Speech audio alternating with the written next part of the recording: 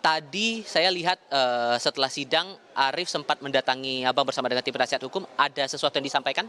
Eh, Belum ada hal yang semester yang detail yang disampaikan Arief Rahman, hanya mengucapkan terima kasih sudah mendampingi, itu aja. Selebihnya kita belum diskusi lebih detail berkaitan dengan putusan ini. Oke. Ini kan sangat jelas dari perbedaan antara tuntutan dengan vonisnya, ini lebih ringan daripada tuntutan. Artinya dari tim penasihat hukum sendiri merasa bahwa ini sudah cukup sesuai atau akan banding atau bagaimana nanti? Berkaitan dengan banding ini kan menjadi haknya terdakwa ya. Jadi peran kami itu hanyalah defending daripada rights-nya terdakwa. Jadi defending his right gitu. Jadi semuanya sangat bergantung dengan terdakwa ya.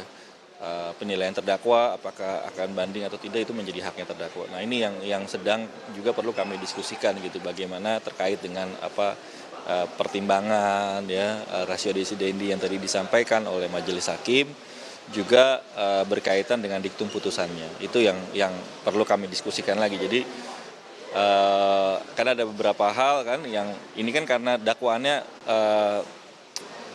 alternatif primer subsidiar gitu ya, atau dakwaan kombinasi kalau dalam teorinya disebutnya ini, maka primer dinyatakan tidak terbukti, di mana JPU menyatakan primer yang terbukti, lalu majelis hakim menganggap bahwa subsidiar yang terbukti gitu. Nah, ini yang perlu kita telaah lebih jauh, dan ini akan kami diskusikan dengan klien kami.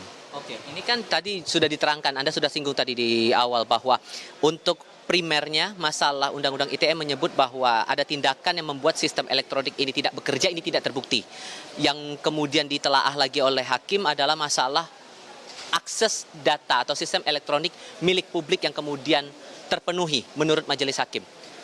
Menurut Anda itu sudah sesuai atau bagaimana sebetulnya? Ya, ini kan yang disampaikan ya, kalau tadi diperhatikan keterangannya majelis hakim nih, yang rusak, yang dirusak itu adalah sistem elektronik, di mana sistem elektronik itu adalah milik publik, dalam hal ini milik komplek RW tadi ya.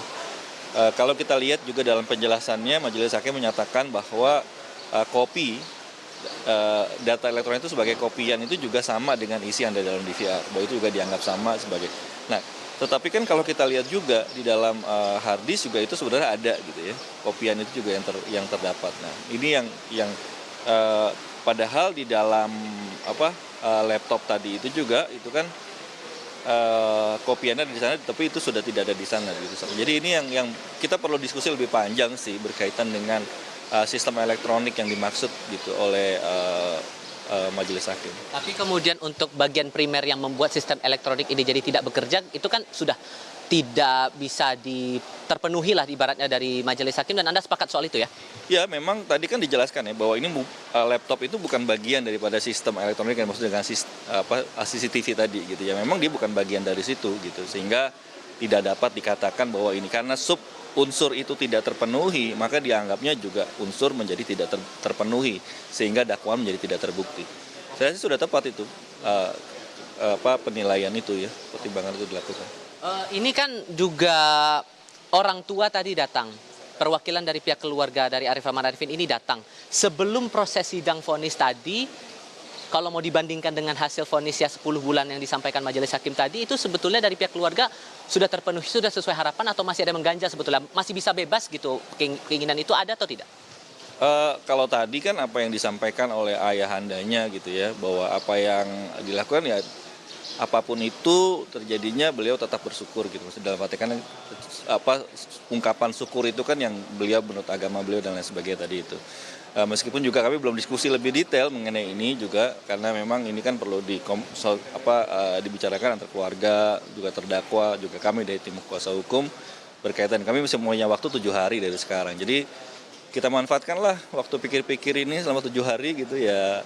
Jaksa pun juga melakukan hal yang sama gitu. Oke, pikir-pikir tapi dengan harapan tetap dengan keinginan agar Arief ini bebas dari jerat tuntutan atau bagaimana? Kalau itu kan masalah pertimbangan ya. Pertimbangan itu juga nanti juga bagaimana terdakwa terima atau saudara akan tetap mengajukan banding, itu kami pada prinsipnya kuasa hukum hanya mendukung saja bagaimana defending his right gitu. Jadi bahwa hak daripada terdakwa yang kita akan bantu, itu aja sih kalau saya. Di sisi lainnya juga nih Bang Jonet, masalah statusnya di institusi Polri juga menarik untuk dicermati. dengan vonis 10 bulan, ada harapan tadi kita dengar juga dari pihak keluarga bahwa Arif Rahman Arifin bisa kembali lagi ke institusi Polri, berdinas di sana. Eh, ada upaya tertentu tidak yang bakal juga diajukan atau dilakukan oleh Arif Rahman Arifin sendiri untuk bisa kembali lagi ke institusi Polri? Sempat diceritakan tidak soal itu? Kami belum bahas soal yang ini, tapi tadi kan harapan orang tua, ayahandanya sebagai pensiunan Polri juga menginginkan bagaimana anaknya tetap bertugas, gitu, tetap dapat mengabdikan dirinya pada negara melalui institusi Polri.